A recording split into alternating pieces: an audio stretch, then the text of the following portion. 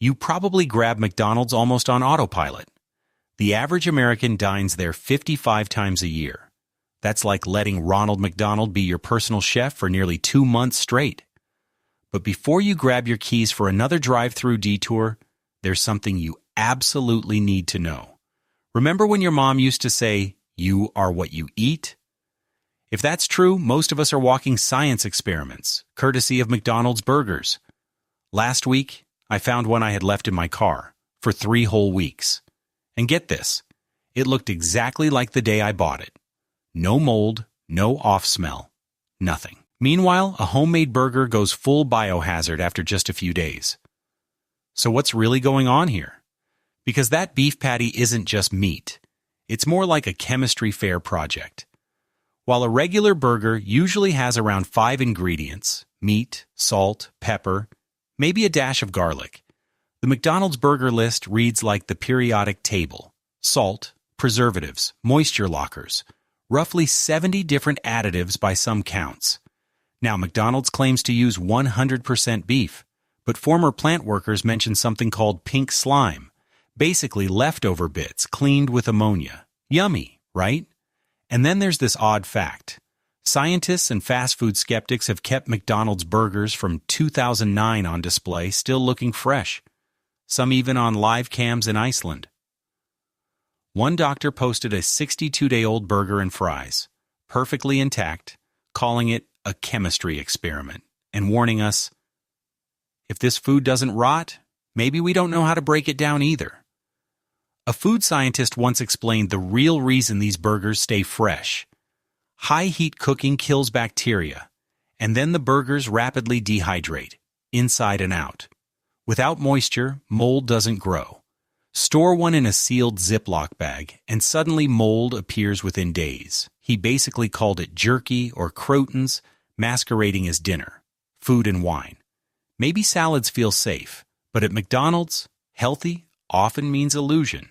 The Southwest salad with crispy chicken and dressing? A hefty 730 calories. A Big Mac? Only 563 calories. Choosing a healthy option there is like going to Las Vegas to save money. A friend tried eating exclusively McDonald's salads for a month to drop weight. The only thing she trimmed was her wallet. And don't get me started on that yogurt parfait. It may look innocent, but it packs 22 grams of sugar. That's more than 2 Krispy Kreme glazed donuts combined. Food and wine. That parfait isn't breakfast. It's dessert-wearing workout clothes. McDonald's uses these healthy menu items as a bit of psychological cover. They create that sense of balance. There's a salad, see?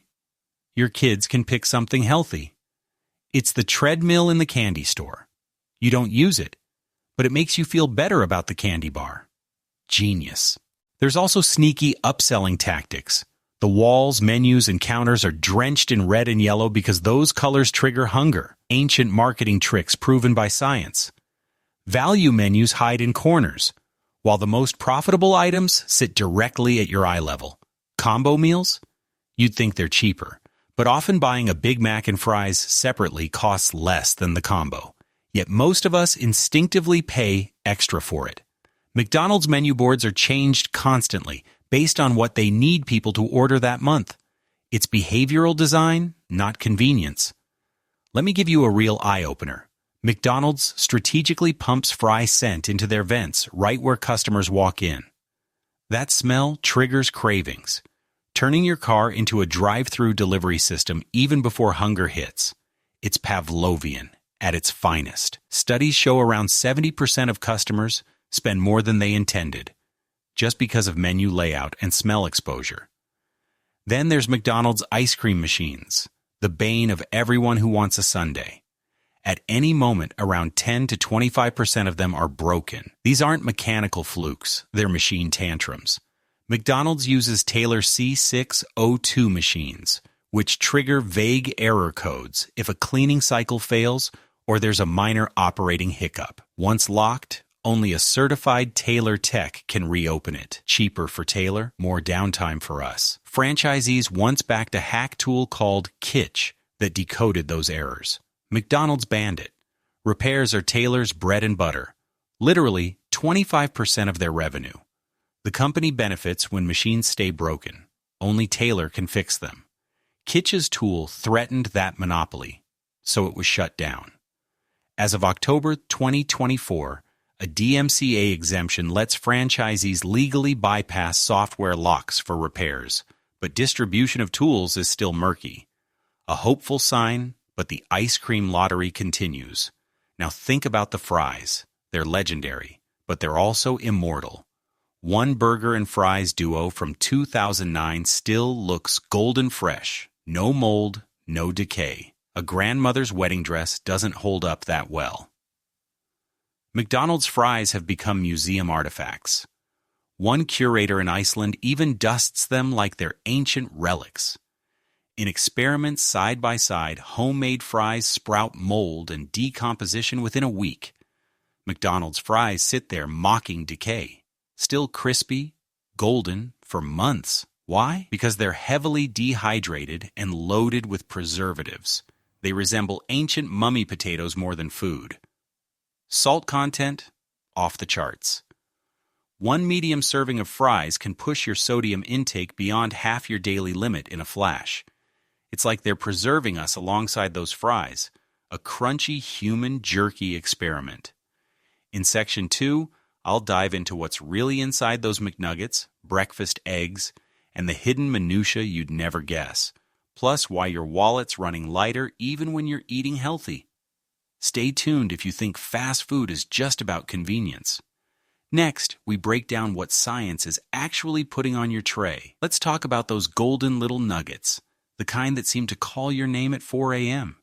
The craving hits, the drive-thru light is still on, and there it is. Would you like a 10-piece McNugget meal? It feels like comfort. But let's unpack what you're really putting in your body at that hour. The chicken part? It's only about half of what you're biting into. The rest? A cocktail of corn derivatives, leavening agents, dextrose, and something called dimethylpolysiloxane. You know what else that ingredient is found in? Silly putty. McDonald's says it's to prevent oil from foaming during cooking. I say, if your food needs anti-foaming agents, maybe it shouldn't be foam-worthy in the first place. A food scientist once walked me through the manufacturing process.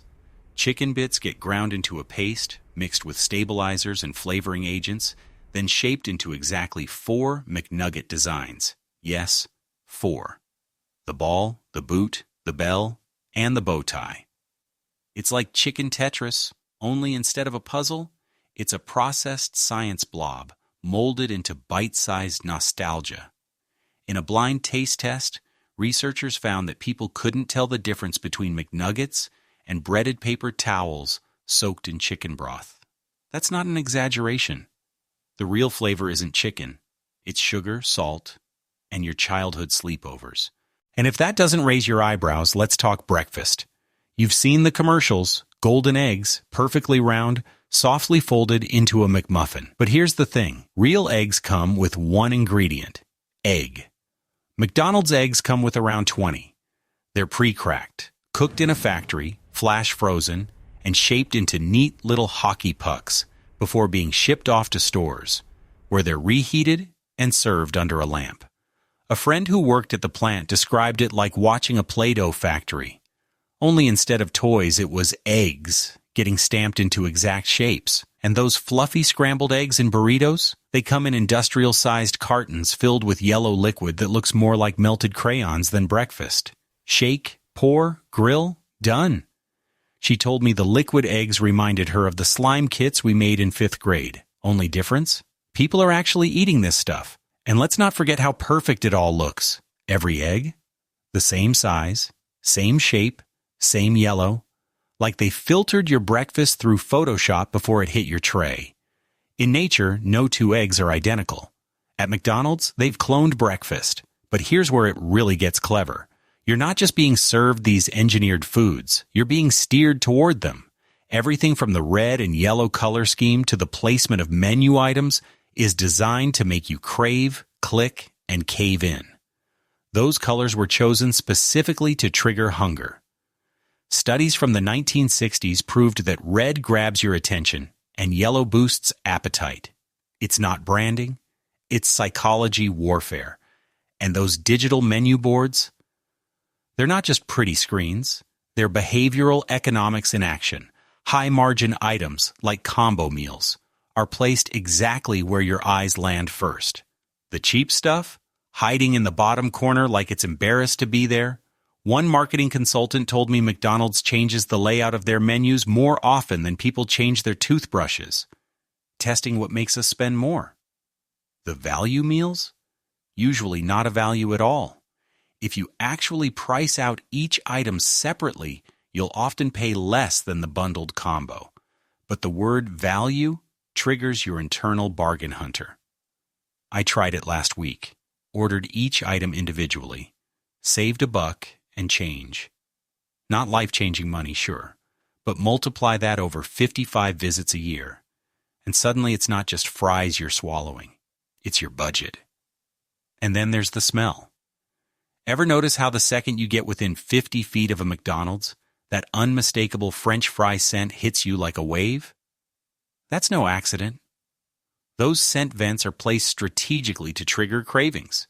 It's why your car sometimes turns into the drive-thru without you consciously steering it there. A study found that up to 70% of McDonald's customers end up spending more than they planned.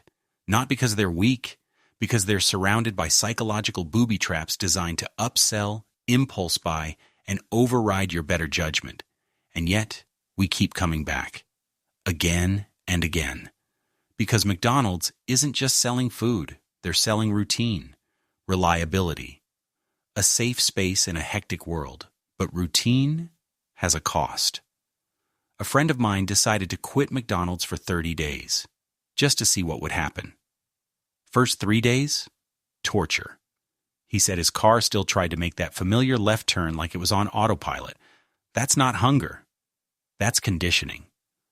But by the end of the month, his wallet was $200 heavier. His skin cleared up. His doctor called because his blood pressure dropped so much it looked like a medical fluke. And the salt bloat gone. He didn't even change anything else. Just stopped ordering fast food 3 times a week. He didn't swear off McDonald's forever. He's human. But now, he's aware. It's a choice, not a craving. As he put it, it's like texting your ex. You might do it once in a while, but you're not letting them move back in. Next, we'll look at the only thing older than a 2009 Happy Meal, the fries, and why they don't age. Plus, how McDonald's engineers their entire kitchen to favor efficiency over freshness, and why even the apples aren't what they seem. Let's talk about those famous fries.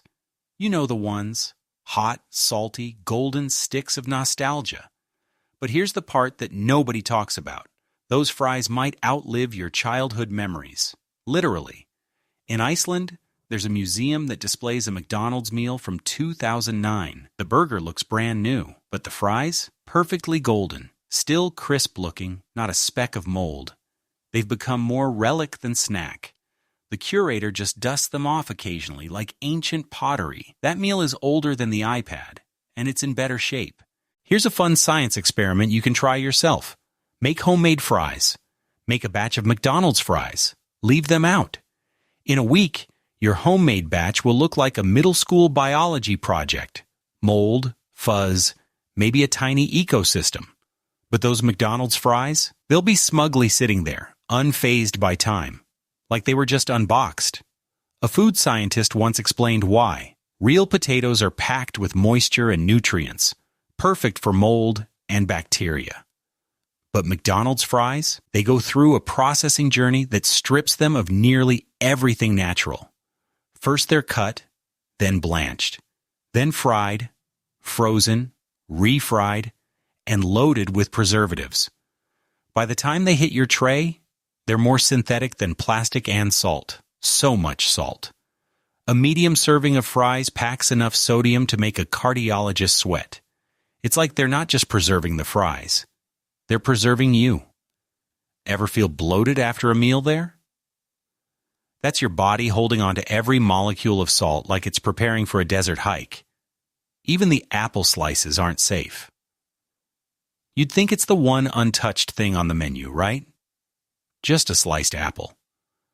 But McDonald's took nature's perfect snack, added preservatives to stop browning, and somehow made it less healthy. It's like they said, an apple a day keeps the doctor away. Unless we cut it first, then maybe keep that doctor on speed dial. A nutritionist once told me the only truly healthy way to eat at McDonald's is to order a burger without the bun, no fries, and a water.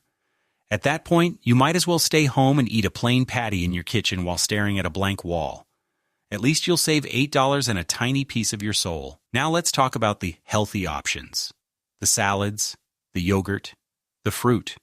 The ones that make you feel like you're making a good choice. But in many cases, they're just calorie bombs wearing a lettuce disguise. That Southwest salad with crispy chicken and dressing clocks in at 730 calories. That's more than a Big Mac. More fat, more sodium, and far more disappointment. McDonald's healthy menu is like a magician's trick. Sleight of hand. You think you're being responsible? Meanwhile, your arteries are filing a formal complaint? The yogurt parfait? Sounds like something you'd eat after yoga. Until you check the label and realize it has more sugar than 2 glazed donuts. It's dessert, marketed as breakfast. A fitness lie in a clear plastic cup. There's a reason these items exist. It's not just about expanding the menu. It's strategic. McDonald's knows that if one person in the group is health conscious, it could veto the entire McDonald's run. So they added salads, wraps, and fruit, not to nourish you, but to silence the only voice of reason at the table. It's the fast food version of putting a treadmill in the lobby of a donut shop. It's not there to use. It's there to make you feel better about what you're really doing. And let's not forget dessert. Or at least the idea of dessert. Because if you've ever tried to order a McFlurry, you've probably been met with those 6 soul-crushing words. Sorry, the ice cream machine is down. It's so common. There are actual websites and apps that track which McDonald's locations have working machines. That's right. Tech companies exist solely to tell you if your local McDonald's can pour soft serve. The machines aren't really broken. They're just impossible to maintain. They're made by a company called Taylor, and they require a 4-hour cleaning cycle every night. If anything goes wrong, and it usually does, the machine locks up tighter than your high school diary. Only a certified technician can fix it. And guess who profits from those service calls? Taylor. One McDonald's employee told me their ice cream machine had more error codes than their POS system. Half the time, they said, we just stare at it like it's a haunted printer from the 90s. It's become so bad that even Congress got involved. Multiple lawsuits, angry franchise owners, and a billion-dollar brand held hostage by a glorified milkshake printer. But there's one thing McDonald's always delivers: consistency. No matter where you go, your fries will taste the same. Your burger will look the same. Your regrets will feel the same. It's all engineered to keep you coming back. It's not food, it's formula. Perfected over decades. Market-tested. Algorithmically approved. In the final section, we're going to pull it all together. What happens when you step away from the golden arches for just 1 month? You'll be shocked at the physical, emotional, and financial transformation. Because the real magic trick? What happens when you finally say no? A friend of mine decided to test it. 30 days, no McDonald's. That's it. No secret supplements, no special workouts, just a cold turkey break from the golden arches. The first few days were rough. His car still drifted toward the drive-thru on its own, like it had muscle memory. The smell of fries in passing lanes triggered full-on nostalgia spirals. He said it felt like breaking up with someone who still lived in the neighborhood. But then, something started to shift. His wallet got heavier. He added it up. Just cutting out McDonald's saved him nearly $200 in a month. That's not just pocket change. That's groceries. That's gas. That's not paying $8 for a lukewarm burger that was microwaved in 90 seconds. Week 2, his skin started clearing up. That "I woke up in a salt cave" look disappeared. His face looked less puffy. He had more energy. And when he finally went for his annual physical, his blood pressure had dropped enough that his doctor thought it was a lab error. One McDonald's meal can easily pack over 1,200 milligrams of sodium. That's more than half your recommended daily intake. So when you're eating it multiple times a week, you're basically brining yourself like a holiday turkey. By week 3, he realized he wasn't as hungry all the time. No weird cravings. No midnight, just a small fry urges. He said he finally understood the difference between being hungry and being trained. Because that's what McDonald's does best. It doesn't feed you, it trains you. Those fries? Engineered to hit the exact bliss point of salt, sugar, and fat. The buns? Soft and squishy by design so you don't have to chew much. The sodas? Served colder than icebergs because colder drinks dull sweetness, making you drink more. Every detail, from portion size to font type on the menu, is engineered for one goal: to keep you coming back without thinking. That's why so many of us fall into the loop.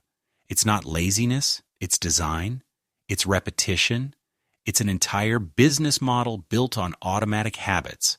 But breaking the cycle changes things. You start to taste food again. Real food. A tomato that actually has flavor. Bread that isn't laced with sugar and softeners. Chicken that doesn't bounce. You feel better, sleep better, and, yeah, look better. Because you're not constantly fueling your body with preservatives, sodium bombs, and ultra-processed memory triggers. My friend didn't swear off fast food forever. That's not realistic. He still grabs a McChicken every now and then. He's human. But now it's a choice, not a reflex.